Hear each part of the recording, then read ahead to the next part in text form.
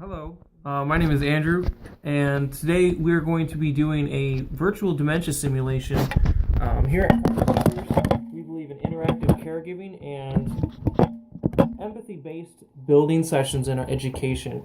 And today we have this wonderful volunteer, Malin Beauchamp, who is going to be assisting us in simulation for the virtual dementia. So we have a series of equipments that will be utilized for her to wear.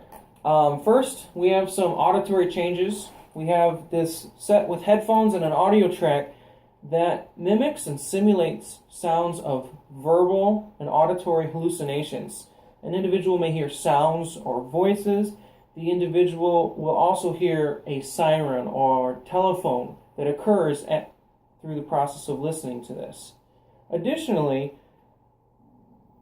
she will be wearing these goggles. Now, these goggles are customized with some stickers, some coloring, and some different dots and designs inside the visual field that will interfere with her vision. This will simulate some of the visual changes associated with Alzheimer's disease, Lewy body dementia, and also elder degeneration of the eyes, such as macular degeneration or glaucoma. Individuals' field loss narrows and shrinks, and this is going to also cause her to maybe misjudge some of her actions when she's interacting with her food for her lunch. And so I'm going to give her the audio. So I'm going to put these on. And the reason why we're doing this today is to get an insight into what it's like to live and to be with and be present with dementia. Dementia affects more than 20 million Americans in the United States. We feel in our generation and in this classroom, and everyone in here feels the need to give of their hearts. And to give of our hearts, sometimes we have to open up ourselves to an experience that lets us really see what it's like to feel what other people feel. Empathy, if you will. Sympathy. My goal is empathy, but I'll settle with sympathy. And so today we're going to have Ms. Mylin sit here and enjoy her meal while I continue to talk about dementia and its effect on the elderly. Okay, so the battery is low for this. Sometimes life throws things at you don't expect. So she won't have the auditory, so she can listen into the lecture. Even better. So if you want, I'm going to clip this here, and it'll just muffle the sounds. Okay, is that all right with you? All right. And how are you with everything? You have your setup? Is everything okay for you? Yeah. Okay, excellent. If you were here and there was an audience, I'd say everyone give her a round of applause. Thank you so much for this. So, when people develop dementia, what we realize is that it is typically a slow, gradual process. It's something that just occurs very, very quietly and very unsuspectingly. You don't know it's dementia until, well, holy smokes, I look back now and I see the signs. But when the signs are there, and you're going through this process, before it becomes evident, we don't really pay attention to them. They're just there. We don't know what they... Sometimes it's like you see a word, you don't know what it means, but you've seen that word. I've seen that word before. Now, wow, that's a good word. I like that word. Sometimes that's how we have to look at things and change our perspective. And in this activity where she's going through, some of these visual field changes and the muffled sensation in hearing is what people deal with on a daily basis who have memory impairment in addition to a physical or mental ailment. Okay. I have been studying dementia for 4 years and have seen a wide variety of different interactions between caregivers and other loved ones, and healthcare professionals and their loved ones, and the clients they take care of. And I've also seen it on the other side, where the business side takes care of the customer, takes care of the clients. And I've been an integral part with the training and putting together the practical experience of caring for someone with dementia with the philosophical background of why it's important to have our care directed individually at that person. It is absolutely integral and important that we connect with the person that we're with who has dementia. Okay? Cookie cutters are wonderful. You get out a bunch of gingerbread or stars around Christmas time, you bake a whole bunch of cookies, that cookie cutter comes in handy real quick. Okay? But there is no cookie cutter method of care when you're taking care of someone with dementia. Not only are there only over 80 different types of dementia out there affecting people, but every single person is unique and different. And the way you see the color blue is different than the way I see the color blue. The way you hear a certain song brings a certain memory to you, and you might not like that type of music. Everyone is unique and different. So the care that we give those people has to be uniquely integrated to them. Okay? And I do believe that a mindful-based approach to care is key. And by mindful, I mean pay attention to what's going on. Pay attention to when they're yelling at you, to when they're cussing, to when they're crying, to when they're asleep and calm and gentle. And be with them when they ask the question and when they tell you the same story over and over and over and over. Because they're telling you that because out of all the life they've lived and out of all the stories that they could possibly tell, I have this one and this one. And who are you? And why are you in my home? And why are you here? And where's my purse? And where's my children? And where's my babies? They tell the same story over and over because that's what's central to them. That's what's important to them. That's what makes them them. That's a part of their life, and that's the limited, narrow scope that they communicate. You might know the story backwards and forwards. And you know every time that she's going to say, and then the vase fell on the floor. When she makes a big smile on her face and she says, oh my goodness, I knew I was in trouble. That was a $1,600 mean vase. And she snuck out of the store. And she tells you that. She says, but don't tell anyone I said that. And you know, in a couple minutes, she's going to tell you that very same story about the mean vase. And it cost $1,600. But don't tell anyone else. And you've heard this 15, 16, 17 times in the 2 hours that you've been there. It can be very wearing and very exhausting. Because as caregivers, as what we know is we need to listen, we need to be mindful, and we need to be actively paying attention to what is being said. Because sometimes when the story changes, we need to know. We need to pay attention to when they realize that I just told that story. And how are you doing? I haven't seen you in a while. And they have a moment where they're asking the same questions that they used to ask. And they're the same for that afternoon. And then later that evening, they're not. And they're asking, well, who are you and why are you in my house? As in-home caregivers, we have a special, unique privilege. Oh, we are so fortunate. You go into a facility and they're in a room no bigger than this one with a bed that takes up about 1/3 their space, the closet the other. Where's their space for their stuff? Where's their kitchen? Where's their hallway? Where's their dinette set? Where's their wall of pictures of their family and their 15 grandchildren? They would love to have that, but they don't. But we, as in-home caregivers, we have everything we need to take care of them is in that home. And what they don't have, you call us and you let us know, and we can take care of that for you. We're here to support you in the office.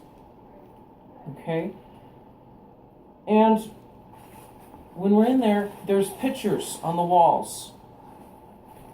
There's photographs of their entire life. There's probably some kind of music box in that household. And that music box was probably a gift at some point in time. And have you ever gotten a gift where you're like, just throw it away? No. You cherish the gifts you receive. And for someone with dementia, music has a special ability to reach in and touch the hearts and souls of individuals with dementia. What we know is that music therapy is effective for all sorts of disorders, for diseases, for emotional therapy, for all sorts of everything. We can fight cancer, we can fight bacteria, sound waves have the power to heal. You turn the music up way too loud and it's piercing your ears. Music can hurt. Music is a very simple way of connecting with someone with dementia. I have been involved with music therapy with Unity Hospice for a few months now. I have the unbelievable, it's amazing. It's an amazing experience I sometimes bring my guitar. Sometimes I come with an iPod with customized music. It's part of the Alive Inside project. And most of the time I just bring my guitar and I walk in and people are talking and it's kind of embarrassing. It's like everyone, so who's this with the guitar? What's going on? All these people in this nursing home. And I go, and sometimes I get the privilege to go and sit in his room, and while he's resting in the evening, I spend time with this gentleman. I get to play him a song or two. And he picks up his head and he turns and he tells me a story about when he was in the Navy and that he brought his guitar all over the world when he served our country, and how grand it is as a privilege to be there with this individual, to support them at the last few moments of your life. What do you want? What is it that makes you you, and what does it take to fulfill your needs? What is it that you need to be fulfilled as a person? And we need to figure that out as caregivers, what that person needs. Because that need is there.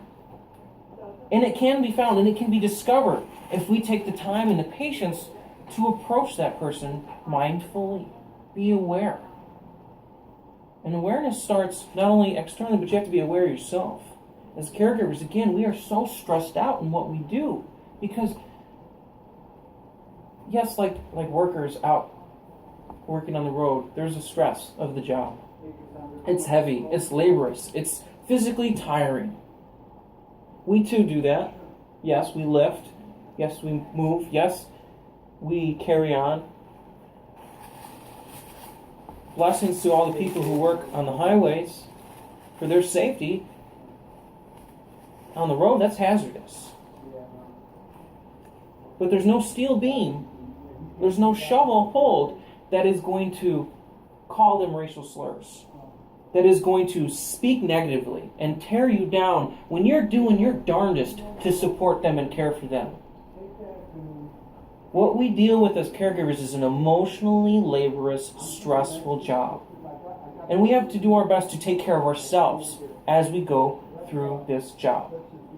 Being aware of self, being aware of how I react to the stress is so important. It's incredibly important. So important. I can't stress it enough. You see that? We want to explain something. We want to hit a point home. What do? We stress it. Kind of funny. Stress is good and stress is bad. Too much of a good thing can be a bad thing. You ever hear that? Well, stress is an example of that. Stress saves our lives. When there is a burning building and we need to get into that building and save the child, stress kicks in and fills us with energy to charge and go save that life. When we are at a very important part in our life, stress picks up and helps us go through that. That fight, flight, or freeze, or fall down effect of stress is there to protect you. But we as humans, we're not there enough. We've only had cars around for just over 100 years, right? Okay. we're not adapted enough to understand that there's a difference between a tiger chasing us and our phones going off while we're in the car. Because it happens, and it's distracting, and it's stressful, and it simulates and it ignites the same reaction in you. That same stress system that protects you from a tiger is activated when your phone goes off. Why? What is it? It could be a threat. Because it always could be a threat. And that's stressful. And you have to be aware of that. That stress of technology of now, of today, put your phones on silent. Save yourself some stress. Secondly, as a caregiver, it should be off. The only time you're ever on your phone is if you're putting on some music for your client. In my opinion, that's what it should be. You're there to support them. So, through all this, my main focus, again, is to inspire, it's to build and connect, to engage our clients mindfully. And so, how do we do that? First off, we have to check in with ourselves. Every time we go to our client's house, we're there 5 to 10 minutes early. You know what time that is? That's the time to be in your car, to sit there and breathe for 5 minutes, because you're not guaranteed a moment's rest when you walk in that door. That's your time for you. Simply enough, breathing. Take a breath. When you're in a stressful situation, you need, what is a sigh of relief? Woo! I feel good. So that's why even at the hospital, I always go to work a half an hour, like to get my call and put myself in the hospital mode. Relax, then I'll be able to do my job. I always take a half an hour to myself before work starts. That's an amazing thing to do. And I would encourage everyone to do that. Sometimes you don't need a half an hour, but constantly being on the run and at the tail end, and like there's a tiger chasing you into the door, is not a good thing. Because if you arrive in your workplace and if you arrive where you're at and you're not there because you left yourself wherever, you can't do your job. And you can't take for someone else. You can't be present with them if you're not present with yourself. So, that's amazing. Thank you for sharing that. So, this lovely lady, it looks like she's kind of done chewing up her food. How are you doing? How are you doing? Good? Did it impact your vision, and how did that, what was that like while that was going on? It was different.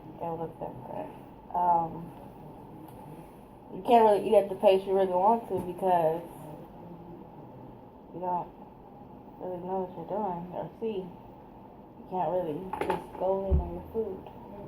So it really interferes with your ability to, you second guess, what kind of thoughts were going through your head then? Because you said you had to slow down, but what thoughts were going through your head while you're doing that? Like, man, I hope this don't drop out my hand.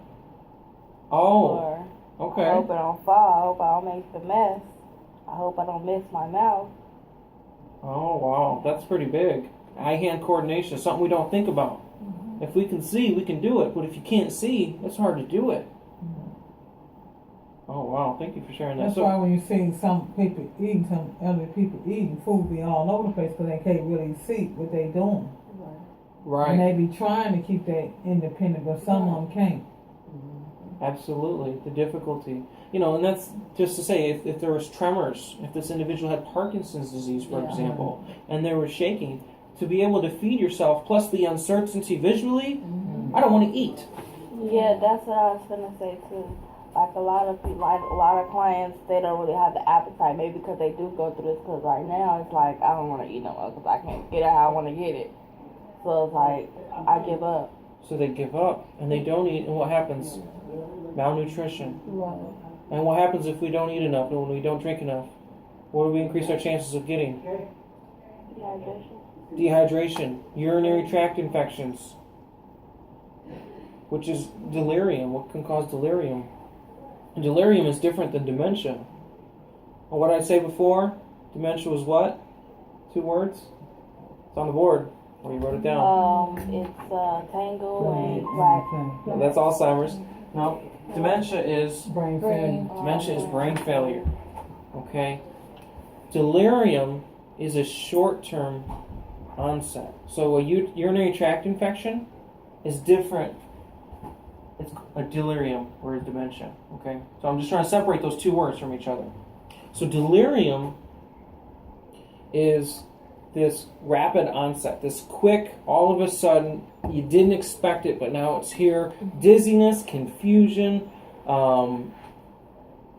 lethargy, change in personality, behavior, memory, whatever it is suddenly it's quick. So, for instance, if she was eating her meal and suddenly she had this rapid, quick, I can't see now, what is going on? That's kind of a delirious state. When someone's delirious and they're like, I don't know what's going on exactly. They're kind of very bewildered, confused.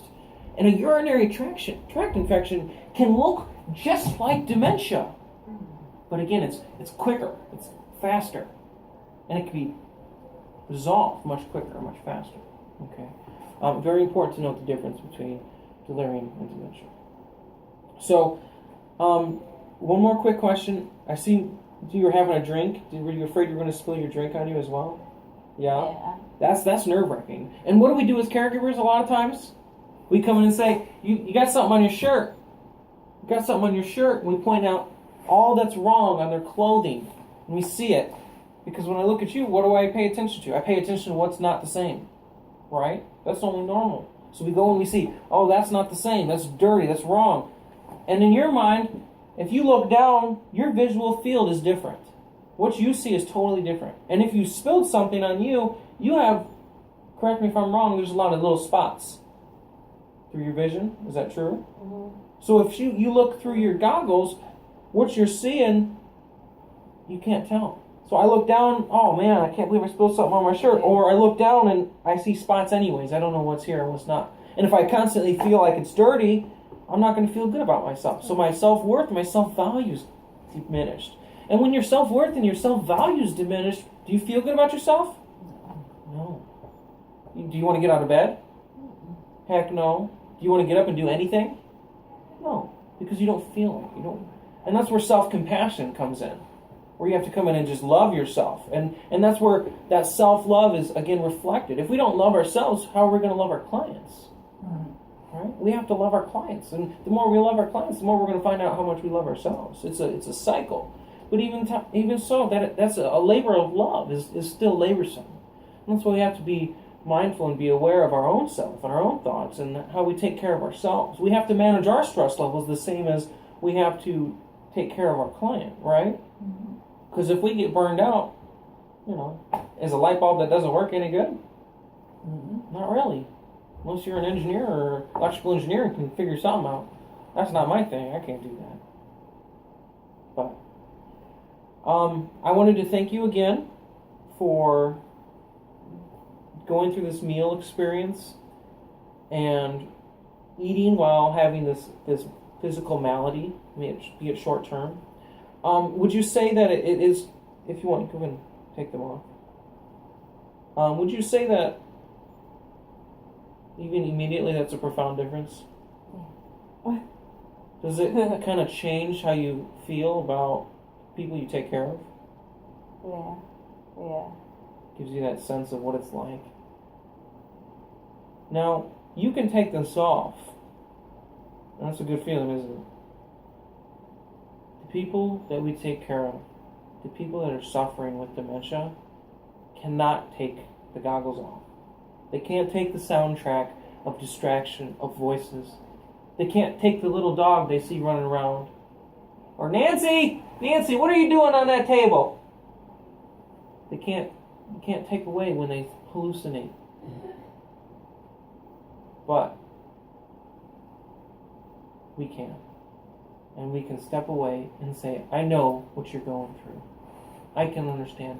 I'm sorry you're dealing with this. This is hard. This is hard for the both of us. And I'm here with you. And we make that connection to them.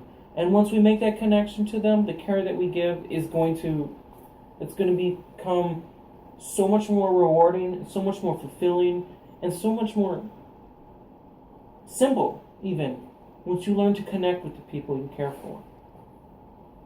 So, thank you for that.